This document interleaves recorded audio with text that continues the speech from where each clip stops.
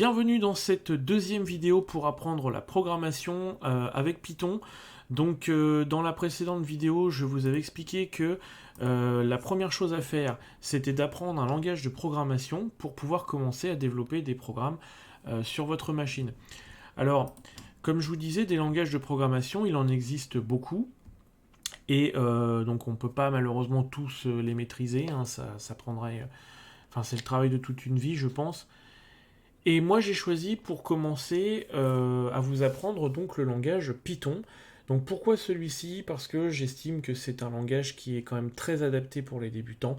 Il est facile à assimiler. C'est un langage qui n'a pas une syntaxe compliquée. Donc quand on débute, c'est l'idéal.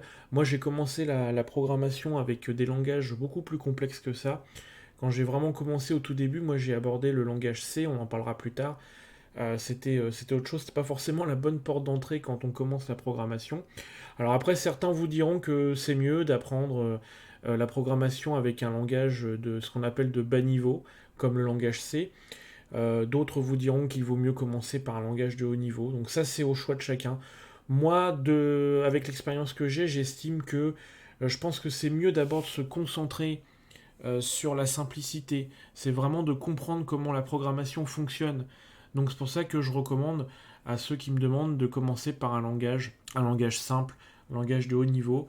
Et Python correspond tout à fait à cela. Donc Python, c'est aussi un langage qui est très puissant, il va vous permettre de faire beaucoup de choses, donc de développer des programmes, des scripts, vous allez pouvoir faire du jeu vidéo aussi, et l'avantage c'est qu'il est multiplateforme, donc que vous soyez sur Windows, Linux, macOS, Python, vous pouvez l'utiliser partout, et il est compatible, et donc c'est ce qu'on appelle un langage portable. Voilà, donc c'est pour ça que c'est intéressant de commencer aussi par là. Autre avantage du langage Python, c'est aussi qu'il est très populaire. Donc il y a beaucoup de... Ce qui veut dire qu'il y a beaucoup de documentation, il y a des forums, des communautés autour de ce langage. Donc si vous avez besoin, vous pouvez toujours trouver de l'aide sur Internet. Si on prend les classements des... Alors ça vaut ce que ça vaut, hein, mais ça peut déjà donner un ordre d'idée. Si on prend les différents classements sur les langages informatiques les plus utilisés. Ça, c'est un classement qui a été fait par le site blog du modérateur.com. Et là, on retrouve Python vraiment en tête du classement. Ça arrive fréquemment qu'on retrouve ce langage dans le top 5, même si ça n'a pas toujours été le cas, mais en ce moment, c'est vrai que c'est un langage qui est vraiment populaire. Donc c'est pour ça que c'est vraiment un bon choix quand on débute la programmation. Le seul gros inconvénient que je peux reprocher à Python, pour avoir touché à plusieurs autres langages, je dirais que c'est peut-être sa rapidité d'exécution qui est assez lente par rapport à d'autres langages. Mais vraiment, nous à notre niveau, comme nous sommes dans une formation pour débutants, vous verrez même pas la différence théoriquement, puisque c'est vraiment sur les gros projets qu'on se rend compte de on va dire cette lenteur par rapport à d'autres langages.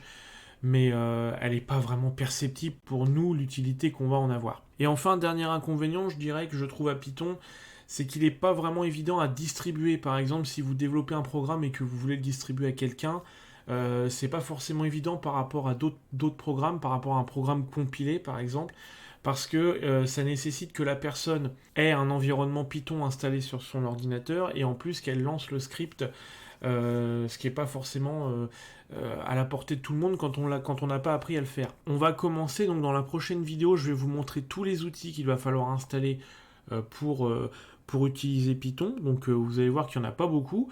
Alors ce dont on va avoir besoin pour utiliser Python, vous allez voir c'est très rapide, hein. On va essentiellement avoir besoin pour commencer d'un éditeur de code.